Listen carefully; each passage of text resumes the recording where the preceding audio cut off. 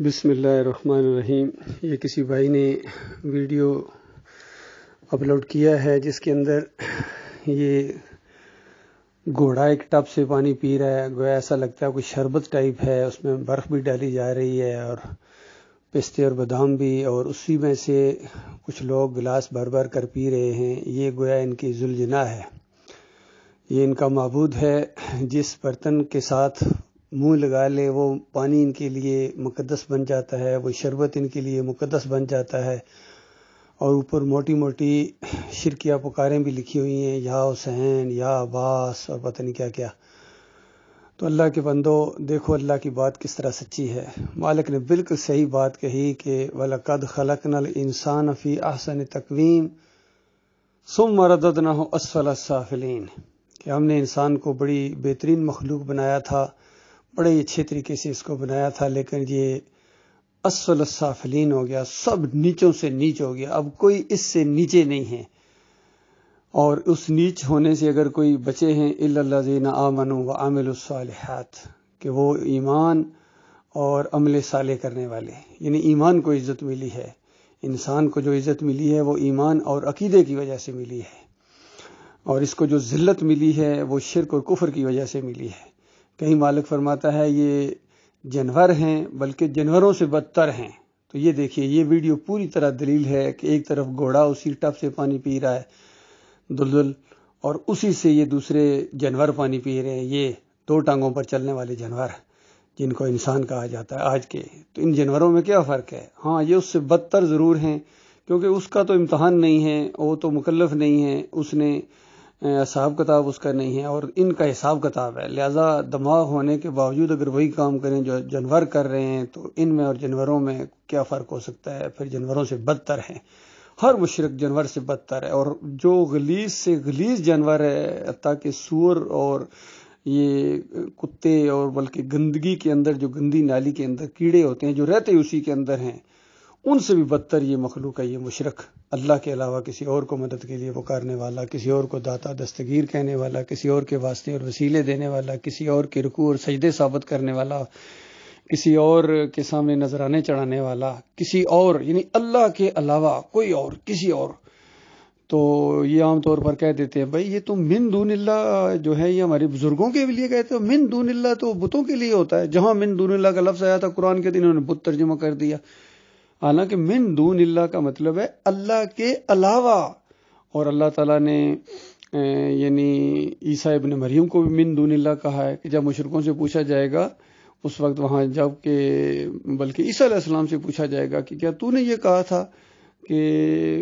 مجھے چھوڑ کر میری ماں اور مجھے اپنا الہ بنا لینا، وہاں من دون اللہ کا لفظ استعمال ہوا ہے۔ اسی طرح سورج کے لیے من دون اللہ کا لفظ استعمال ہوا ہے، کہ وہ حدت جب آ کے رپورٹ دیتا اور کہتا ہے کہ وہ جو قوم ہے اس طرح ان کی مت ماری گئی کہ اللہ کو چھوڑ کر من دون اللہ، وہاں کا لفظ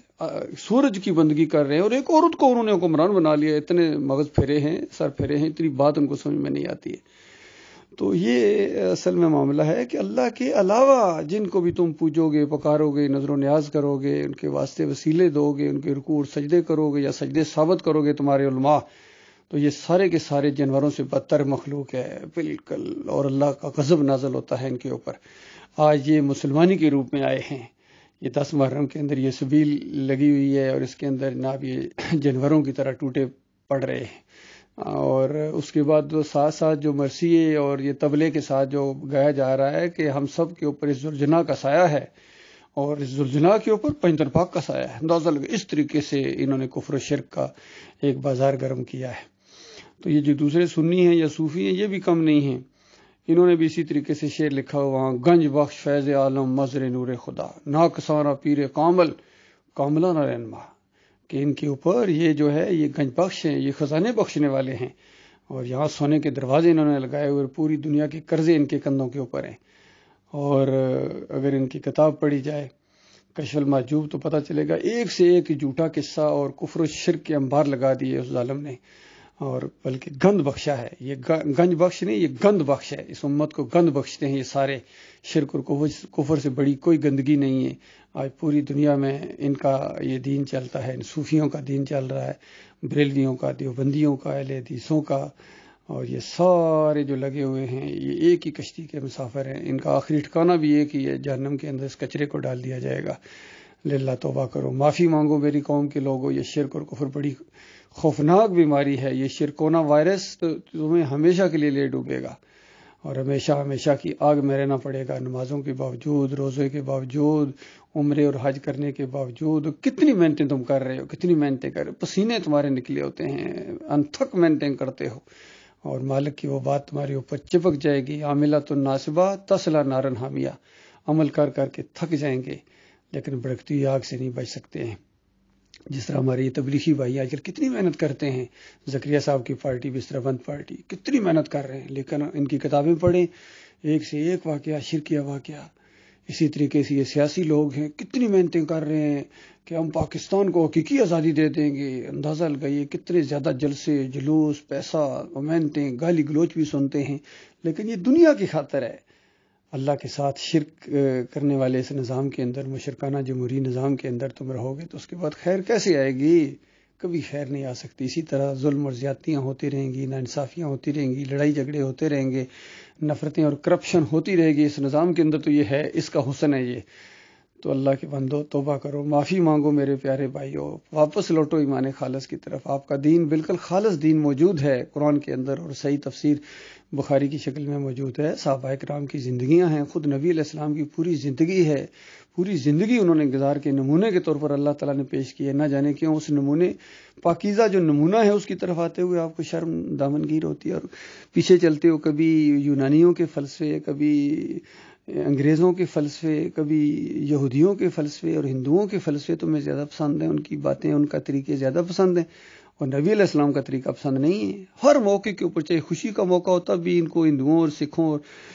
کافروں اور مشرکوں کے نمونے ہیں۔ یہ تیجا ہے جی، یہ جمعرات شریف ہے جی، یہ جناب اب 40واں شریف ہے جی، پھر یہ ان کے اوپر سالانہ برسی ہے جی، عرس ہے جی، میلہ ہے، سب کچھ کر رہے ہیں۔ بتاؤ یہ اسلام کے اندر نہیں ہے، اللہ کے بندو اسلام کے اندر نہیں ہے۔ یہ کفر و شرک کا ایک بازار آج پوری زمین کے اوپر گرم ہے، اسی وجہ سے اللہ تعالیٰ کا قہر و غضب نازل ہو رہا ہے ان کے اوپر، کافر سے کافر اور مشرک سے مشرک،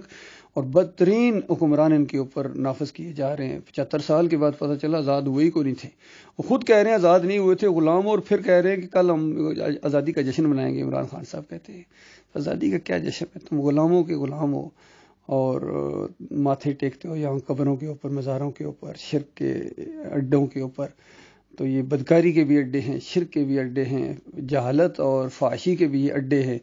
اور پھر اس کے بعد صرف کہتے ہیں چونکہ ہم مسلمان ہیں جی، کلمہ جو پڑھا جی، تو کلمہ پڑھنے کے بعد یہ سب کچھ ان کے لیے جائز ہو گیا ہے۔ تو قرآن کی میں وہ آیت نہ دہرا دوں،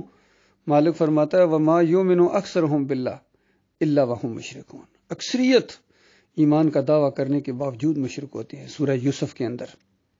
سورہ یوسف جو بہت بڑا ایک قصہ ہے، احسن القصص کہا گیا، اس قصے میں جو سب سے بڑا ایمان اور توحید کا درس ہے اور صبر کی تلقین ہے کہ یہ ہے صبر کے ساتھ زندگی بسر کرنی، ایمان عقیدے کے اوپر جمے رہنا ہے، اللہ کے علاوہ کسی اور کو رکوع سجدے نہیں کرنے، کسی اور کی طرف آپ نے نہیں جھکنا ہے۔ تو اس سے انہوں نے جناب کیا نکالا ہے، انہوں نے تو یہ صبر کا مہینہ، حسین رضی اللہ تعالیٰ نے صبر کیا تھا، انہوں نے یا علی مدد کے نعرے نہیں لگائے، انہوں نے یا رسول مدد کے نعرے نہیں لگائے، وہ مومن تھے، وہ تو ایمان کی خاطر انہوں نے جان دے دی اور ایمان پر ڈٹے رہے اور صبر کیا اس کے اوپر۔ اب آپ کی باری ہے، آپ ان کے راستے پر چلو، ان کے راستے پر چلنا یہ ہے اللہ کو پکارا جائے اور اللہ کی توحید بیان کی جائے، اللہ کے راستے میں تکلیفیں اٹھائی جائے، یہ سب کچھ انہی کی تعلیمات ہیں۔ تو اس راستے پر چلنے کے بجائے ان کو پوجنا پکارنا شروع کر دینا، یہ تو جہالت کی انتہا، ہر دور کے اندر مشرک یہی کرتے ہیں۔ اللہ تعالیٰ اس فریب کاری سے ہمارے بھائیوں کو نکالے بھائی۔